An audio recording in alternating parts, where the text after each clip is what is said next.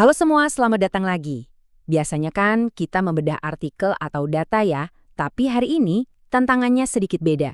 Pernah kebayang nggak sih kita bisa memahami seluruh argumen dari sebuah buku akademis yang rumit hanya dengan mengupas judulnya? Yuk kita coba cari tahu. Nah, ini dia sumber kita. Sebuah sampul buku yang indah penuh dengan kaligrafi yang rumit. Kelihatan misterius kan? Tantangan kita hari ini tuh sebetulnya simpel. Bisakah kita mengungkap argumen inti dari karya intelektual ini hanya dengan membaca kata-kata di sampulnya? Menurut saya sih bisa. Oke, jadi perjalanan kita ini dimulai dengan menggali pertanyaan utama dari buku ini yang sebenarnya tersembunyi di dalam judul lengkapnya. Nah, ini dia terjemahannya. Permasalahan bersama antara prinsip-prinsip jurisprudensi dan prinsip-prinsip agama. Wah, kedengerannya rumit dan berat banget ya. Tenang, tenang. Percaya deh, frasa ini justru jadi kunci buat membuka dua bidang pemikiran yang sangat fundamental dalam tradisi Islam. Oke, strateginya gini. Untuk ngerti apa maksud dari permasalahan bersama ini, pertama-tama kita harus pecah dulu judul ini jadi dua komponen utamanya. Kita pahami dulu satu persatu, baru deh nanti kita lihat gimana keduanya ini bisa saling terkait dengan begitu menarik. Yuk, kita mulai dari bagian kedua, judulnya dulu. Kenapa? Karena ini sebetulnya adalah dasar dari segalanya, fondasi dari keimanan itu sendiri. Istilah pertama yang harus kita kenal adalah usul al-din.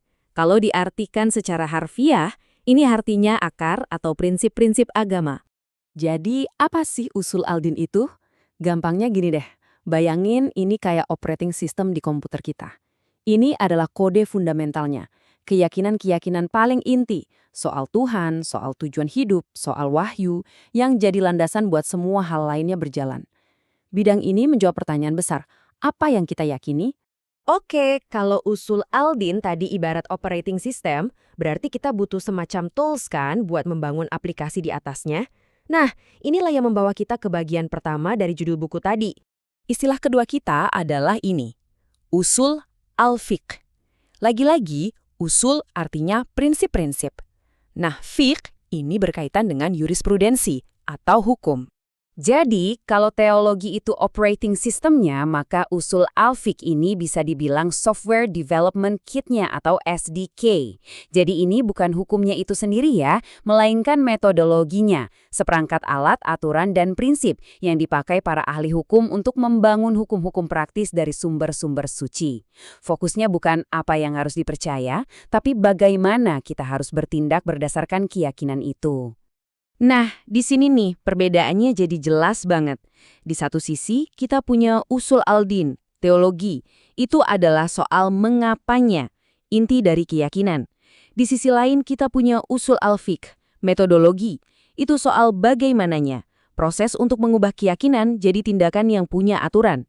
Dua bidang yang kelihatannya beda, tapi ternyata saling terkait erat.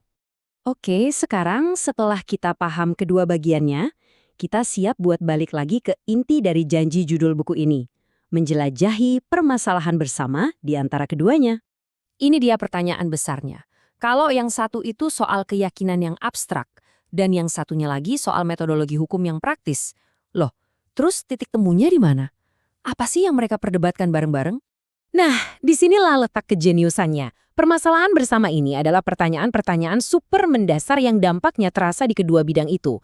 Contohnya nih ya, keyakinan kita soal sifat Tuhan.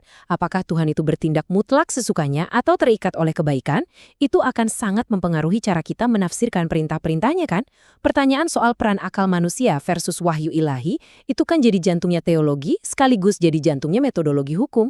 Nah, disinilah keyakinan filosofis membentuk alat-alat praktis untuk membuat hukum. Oke. Kita sudah bedah judulnya. Tapi kenapa semua ini penting?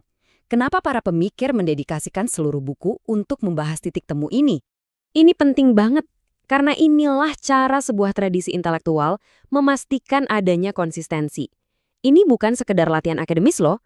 Ini adalah soal membangun sebuah sistem yang logis dan koheren, yang menyambungkan apa yang diyakini seseorang di dalam hatinya dengan bagaimana ia bertindak di dunia luar.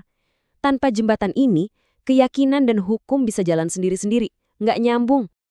Dan ini semua membawa kita ke sebuah pemikiran terakhir, Meskipun kita barusan melihatnya dari kacamata pemikiran Islam, pertanyaan ini sebenarnya universal.